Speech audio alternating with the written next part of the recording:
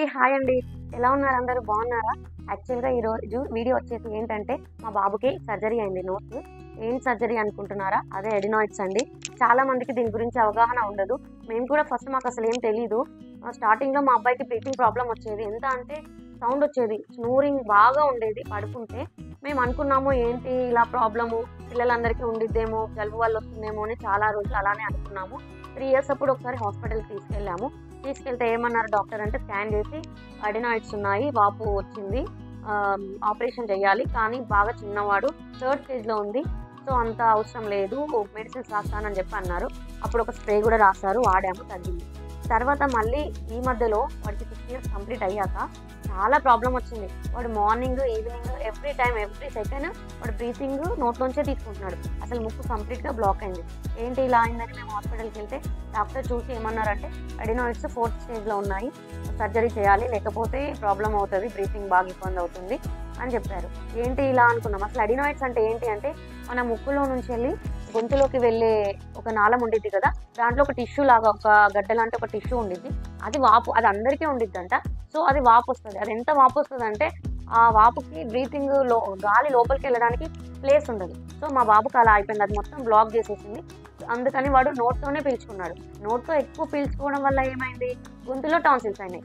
ఈ టాన్సిల్స్ ఎందుకంటే డ్రై అయిపోద్దిగా గొంతు డ్రై అయినా కొద్దీ ఎక్కువ అయిపోయాయి. ఈ టాన్సిల్స్ ఎడినాయిడ్స్ ఎక్కువైపోయేసరికి ఇంకా ప్రాబ్లం అయింది. సో మేము హాస్పిటల్లో తీసుకెళ్తే డాక్టర్ అర్జెంట్గా సర్జరీ అన్నారు, చేపించాం. ఇక్కడ మా బాబుకి సర్జరీ అయిన తర్వాత ఐసీయూలో తీసుకొచ్చారు. తర్వాత ఆక్సిజన్ పెట్టి ఒక 3 అవర్స్ ఇక్కడే ఉంచుకున్న తర్వాత మళ్ళీ నెక్స్ట్ ఇంకొక రూమ్లోకి షిఫ్ట్ చేశారు.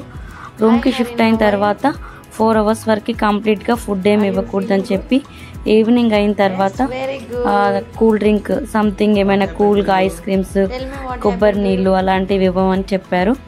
మేము అలాగే కొబ్బరి నీళ్ళును ఐస్ క్రీమ్ ఇచ్చామండి. తర్వాత కొంచెం సేపటి తర్వాత ఇడ్లీ కూడా ఇచ్చాము, తిన్నాడు. సర్జరీ వల్ల ఎక్కువ బ్లడ్ పోవడం వల్ల చాలా నీరసం అయిపోయాడు.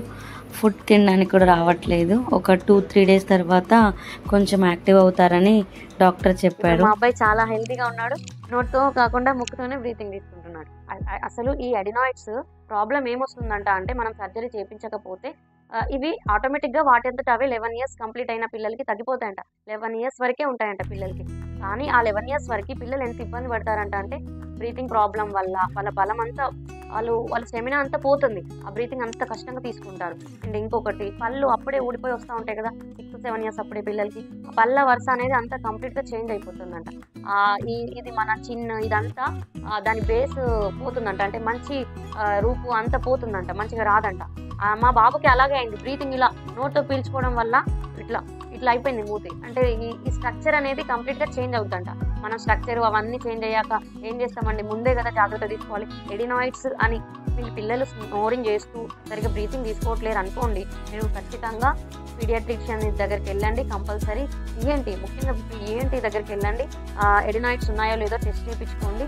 ఉంటే కంపల్సరీ సర్జరీ చేయించుకోవడానికి ట్రై చేయండి. ఎందుకు అంటే ఇలానే హెల్త్ ప్రాబ్లమ్స్ అండ్ గ్రోత్ కూడా అవ్వరంట పిల్లలు. ఎందుకంటే మన దగ్గర ఉన్న స్టెమినా అంతా బ్రీతింగ్కే మనం యూజ్ చేస్తే ఇంకా గ్రోత్ ఎలా అవుతారండి. ఆకలి కూడా సరిగా అవ్వదంట. మా బాబు సర్జరీకి ముందు సరిగా తినేవాడు కాదు, సర్జరీ అయిన తర్వాత చాలా ఆకలి ఇస్తుంది అంటున్నాడు, మంచిగా తింటున్నాడు. అది మాకు హెల్ప్ఫుల్ అయింది. అంతకుముందు సర్జరీ చేయించుకున్న వాళ్ళు కూడా చాలామంది చెప్పారు. మేము చాలామంది సజెషన్స్ కూడా తీసుకునే సర్జరీకి వెళ్ళాము. నేను వాడి సర్జరీ అయినప్పటి వీడియోస్ అన్నీ నేను మీకు ఇక్కడ మధ్యలో యాడ్ చేశాను, చూడండి.